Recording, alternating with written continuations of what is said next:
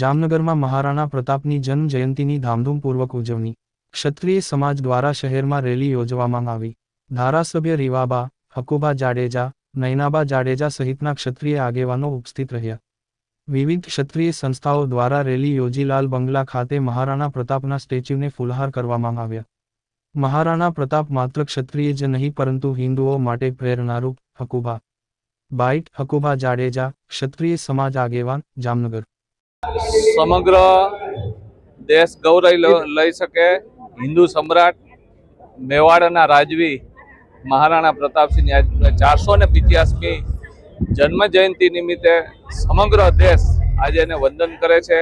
માત્ર રાજપૂત સમાજ નહીં પણ હિન્દુ સમાજ ગૌરવ લઈ શકે એવા મેવાડના રાજવીની આજે જ્યારે 485મી જન્મ જયંતિ હોય ત્યારે જામનગર રાજપૂત સમાજની અલગ અલગ સંસ્થાઓ દ્વારા જબરજસ્ત આજે રેલી રૂપે લાલ બંગલે મહારાણા પ્રતાપનું સ્ટેચ્યુ છે ત્યાં ફુલાર કરી અને નાત જમણવાર ખૂબ મોટું આયોજન છે.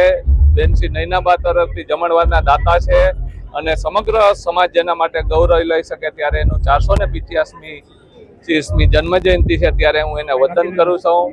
સમાજની એકતા, અખંડિતતા અને હિન્દુ સમાજને જાગૃત માટે મહારાણા પ્રતાપનું યોગદાન છે આપણે કાયમી ભૂલવું ના જોઈએ. એને વંદન સાથે આજની મારી વાત